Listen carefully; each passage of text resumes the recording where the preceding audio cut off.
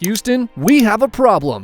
How does the league's biggest villain follow up an absolutely abysmal early playoff exit in which he was dominated by the very superstar he tried to trash talk and rattle?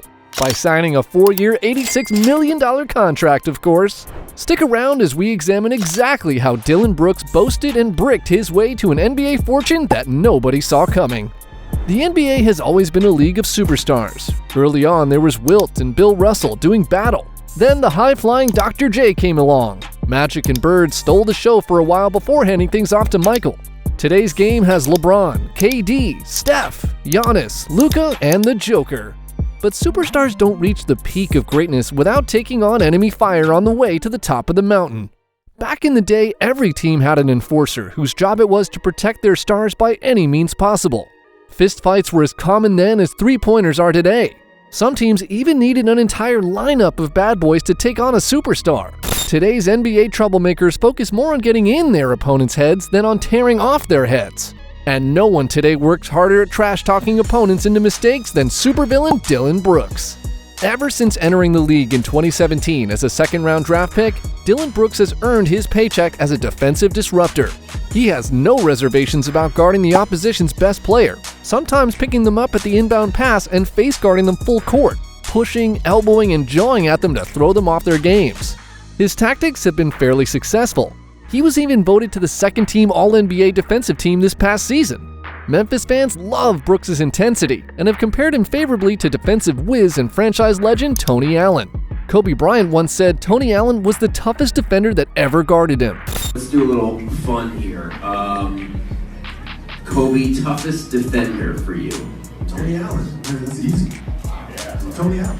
While his defense has earned him accolades and a certain amount of respect around the league, Dillon Brooks' antics have earned him an equal amount of hate and animosity. Successful teams have been Dillon Brooks' favorite targets, and no team has had more success and taken more shots from Dillon Brooks than the Golden State Warriors. It all started during the 2022 playoffs. Brooks chased down and clobbered an airborne Gary Payton II from behind, breaking his elbow. The referees ruled it a flagrant 2 foul, leading to an immediate ejection. Warriors coach Steve Kerr was livid, saying it was dirty and adding, "Dillon Brooks broke the code. You don't hit a guy when he's in midair, club him, and break his elbow." The Gary Payton incident fueled later skirmishes and trash-talking bouts with Steph Curry, Klay Thompson, and Draymond Green. While Green and Brooks play similar roles as their team's go-to defensive stoppers and leading trash talkers, the two balk at any mention of similarities to each other. Dillon Brooks told an ESPN reporter that if Draymond Green played anywhere besides Golden State, you're not even going to know who Draymond is. A few weeks later, speaking on his podcast, Green returned fire, saying, "If you ever wondered why the Memphis Grizzlies are not ready to compete for a championship, look no further than this idiot right here." If you ever wondered why the Memphis Grizzlies is not ready to compete for a championship, look no further than this idiot right here. Brooks and Green also later traded insults over how the other's teammates viewed them. Green implied that Brooks was bad for team chemistry. Brooks fired back that he would never get into a physical altercation with a teammate. This was an obvious shot at Green for punching his teammate Jordan Poole in an exchange that was caught on tape during training camp the previous fall. While the Warriors have been the most frequent target of Brooks' ire, he's been an equal opportunity hater throughout his career. Players on nearly every team have had a run-in with Dillon Brooks at one point or another. Brooks punched Donovan Mitchell in the groin during a game this year, leading to shoving match and fines. Another time, he slapped Timberwolves rising star Anthony Edwards in the face, leading to an altercation and technical fouls for both players. In a game against the Sixers, he antagonized and mocked James Harden, jawing at him right in his face, leading to another skirmish. He even taunted the entire Dallas Mavericks bench with a referee in plain sight, leading to his 16th technical of the season, which, by league rules, earned him an automatic 1-game suspension. Brooks gave it his all this past season, but finished second in the league in technical fouls, trailing only fellow villain and mortal enemy Draymond Green. The Dillon Brooks sideshow wasn't even limited to opposing players and teams. He even had a run-in with a cameraman. As he was falling out of bounds during a game in Miami, instead of bracing himself and holding up a courtside cameraman, Brooks chose to shove the helpless man, knocking him to the ground. The league fined Brooks $35,000 for the stunt, but Brooks was cool with it, laughing it off while telling reporters, "It's only paper." In another bizarre but not surprising day in the life of Dillon Brooks, he he got into a war of words with none other than the NFL Hall of Famer Shannon Sharpe during a January 2023 game in Los Angeles against the Lakers. Sharpe, himself no stranger to trash talking, had been letting Brooks know in no uncertain terms that he could not guard LeBron James. Dillon Brooks jawed back throughout the game. Things came to a breaking point when Brooks and several of his Grizzlies teammates got right in Sharpe's face. Luckily, coaches and security diffused the situation, and cooler heads prevailed. To say the league was over Dillon Brooks and his drama by the time the playoffs rolled around would be a massive understatement. But true to form, he came through with some of his most eye-catching performances to date. Unfortunately, his playoff target had seen the act before and was having none of it. LeBron James was pushed, shoved, elbowed below the belt, and even called old by Dillon Brooks. But LeBron battled through and seemed unfazed by the chaos thrown his way. To make matters worse, Brooks shot a horrid 23% from 3, while averaging a paltry 10 points and 3 rebounds during the 6-game series. The Lakers calmly took care of business and ended the Grizzlies season with a first-round defeat that was capped off by an embarrassing 40-pound trouncing in the series' final game.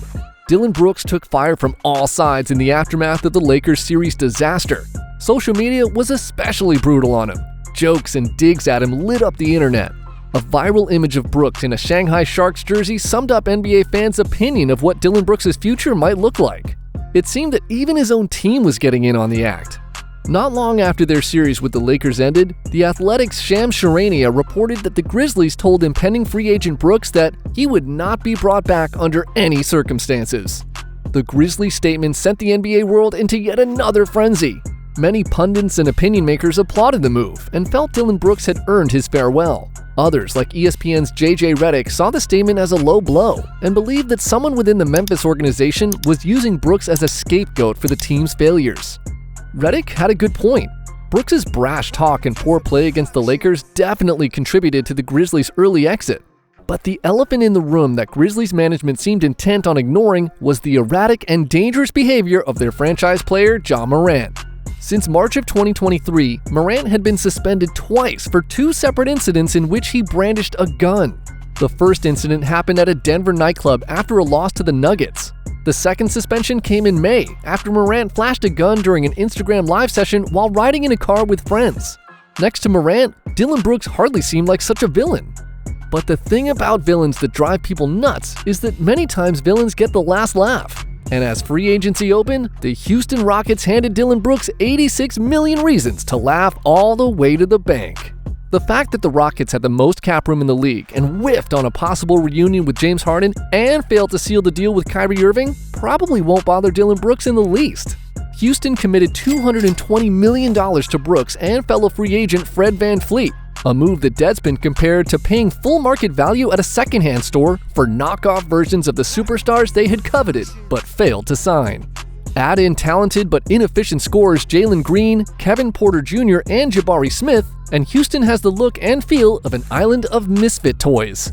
But there's little doubt that Dillon Brooks won't be perfectly happy playing the bad guy on a team with no identity and a roster full of shoot-first players. The checks will clear, the bravado and trash talk will continue, and Dillon the villain will have proven once again that the NBA needs scapegoats just as much as it needs heroes.